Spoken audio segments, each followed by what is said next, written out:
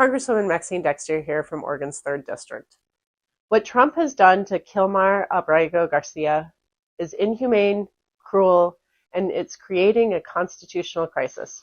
Oh boy, the rumors are true. Another Democrat confirmed will be heading to El Salvador, this time a congresswoman from Oregon, to demand the release of Abrego Garcia. Here we go. Get ready for this one, and here's what she has to say. Full stop. It is a government-funded kidnapping. Plain and simple. Kilmar, a father of 3, lived in Maryland for over half his adult life. He had legal permission to stay in the United States.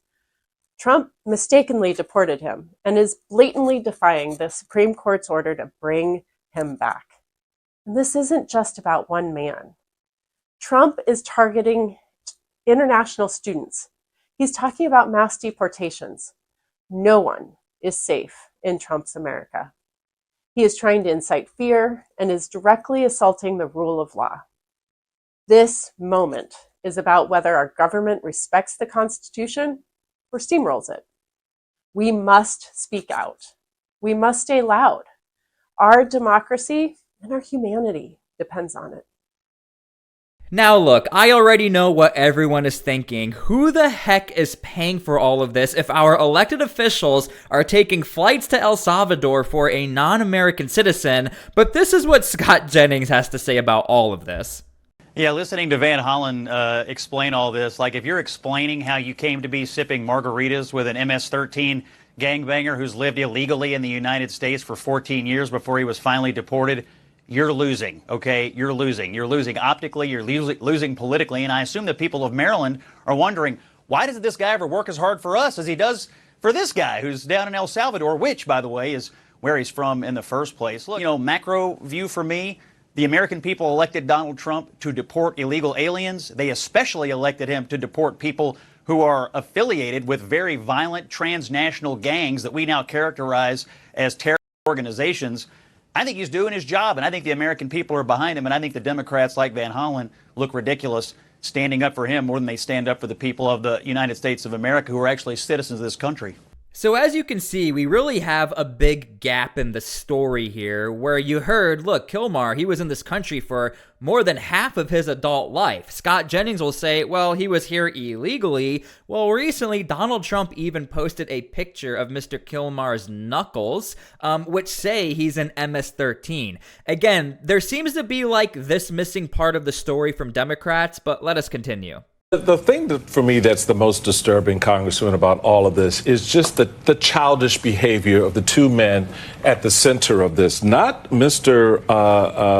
Garcia, but the President of the United States and the President of El Salvador. So you have the El Salvadorian President Bukele tweeting about the Van Hollen visit.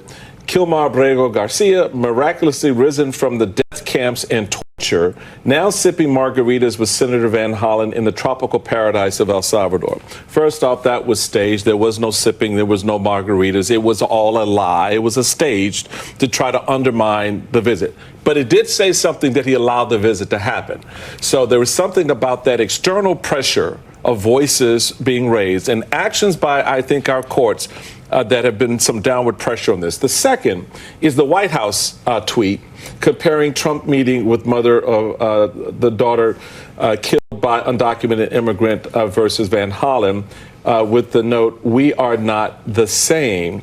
This image in the Oval Office with Patty Morin, who's the mother of Rachel Morin, who was brutally murdered by a fugitive from El Salvador in 2023, versus this image with Van Hollen and Garcia. I would note that, yes, they are not the same because the only person who's convicted of a crime in those two pictures is Donald Trump.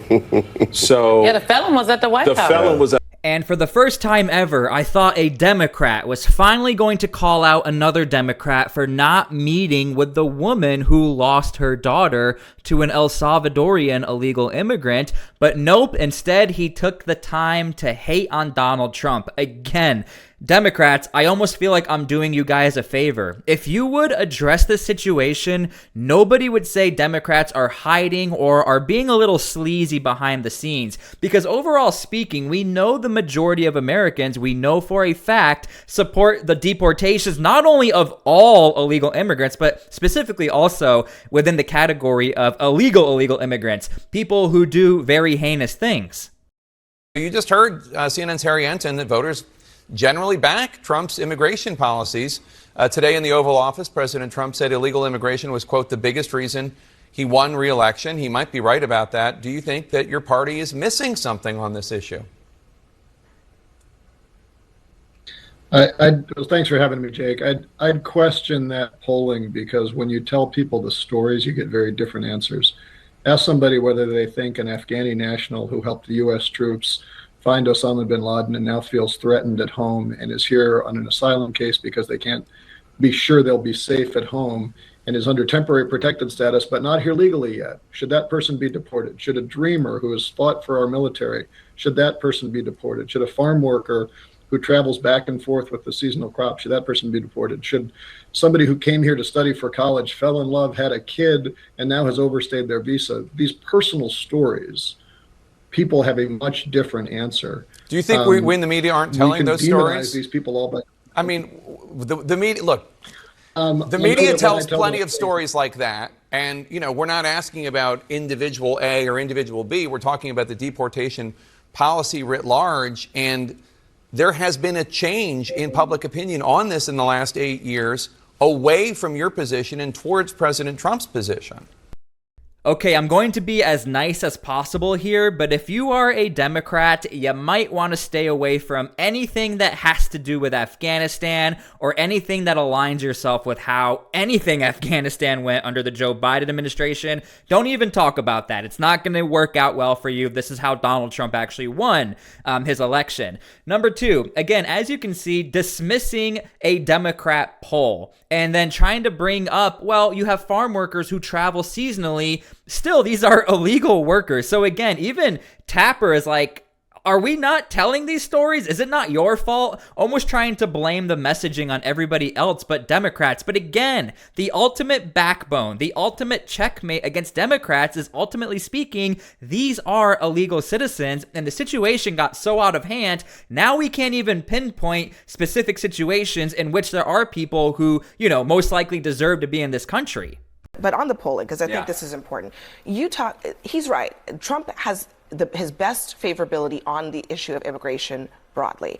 But can I ask you to explain something to me? Please. You have some polling that shows Americans would be okay with everybody being deported who's here illegally. There's also polling that asks more specifically, if you have been in the United States for 10 years, you've paid taxes, you have no criminal record, but you are undocumented, do you support deporting those people?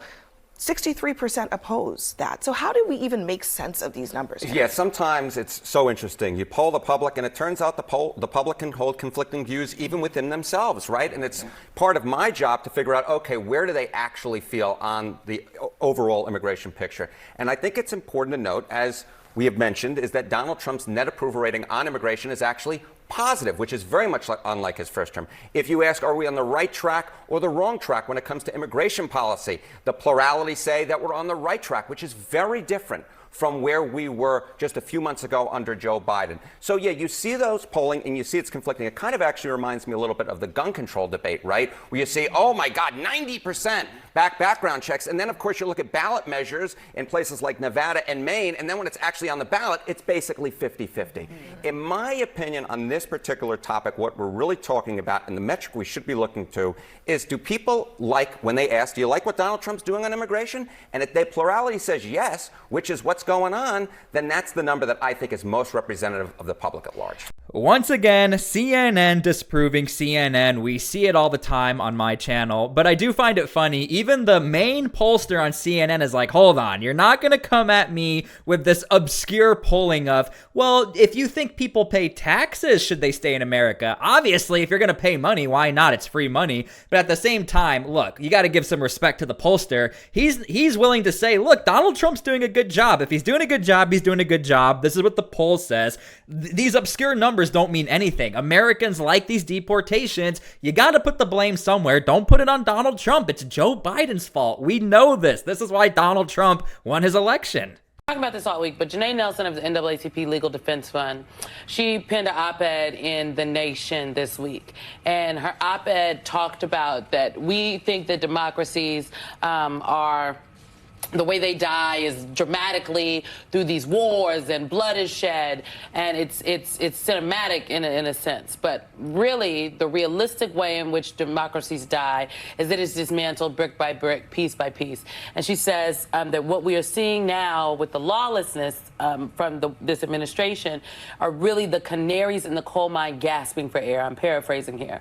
But to me, that is why Kilmar Abrego Garcia's specific case, the case of the gentleman who's a makeup artist out of California who was also sent to that prison, that is why the 75% of the folks who have been sent, the men who have been sent there that don't have criminal records, that is why this is so important. Because if they could do it to them, if they could snatch students off the street without any pushback or recourse, they will do it to any of us. And to be very clear, it's going to be the people of color and vulnerable communities that are next in line. I think that's right, and that's certainly part of why the African-American community is so strongly behind the supporting Kilmar. Yeah, we're like, we are not for this. Yeah, because... Now, I have talked about this before. I have not seen any data yet as far as like the totality of certain groups of people in the United States who actually fear deportations. Have not seen anything. These are more just vocalized independent pundits that you're seeing on like MSNBC. I haven't even seen this talking point on CNN, by the way. But let us continue. I just wanted to point this out. This seems to be a talking point over on MSNBC, but it's not the general consensus as far as certain groups are afraid. But there is a narrative being pushed of, people are afraid of being deported, even American citizens. So when you see Senator Van Hollen going over to El Salvador to try to get one of his constituents out of their, gang jail there, he was exported or deported with no due process. This administration says, too bad, it was an administrative error, but we're not getting him back. This constitutional crisis that we were told would happen when the administration, if it did, challenge or refuse a Supreme Court or higher court order, it's here now, right?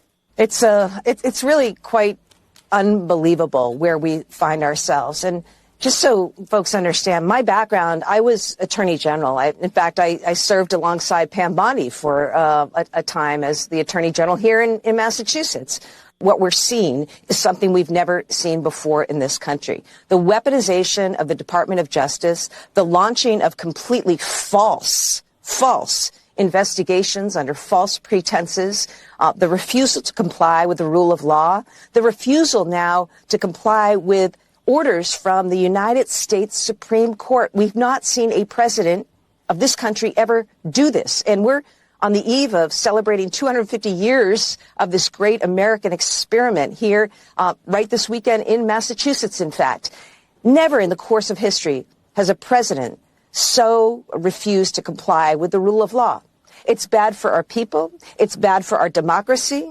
It's very bad for business. And I'll tell you the other thing. The fear is real. I've heard from people here who have been green card holders from countries like Canada and Germany and other European countries who are in the process of the final step in their naturalization interview. They don't know whether they should show up for that for fear of being arrested and hauled off to some gulag somewhere in El Salvador. That's the reality. And that's why it is very important that people stand up. It's very important what Harvard University did and said enough is enough.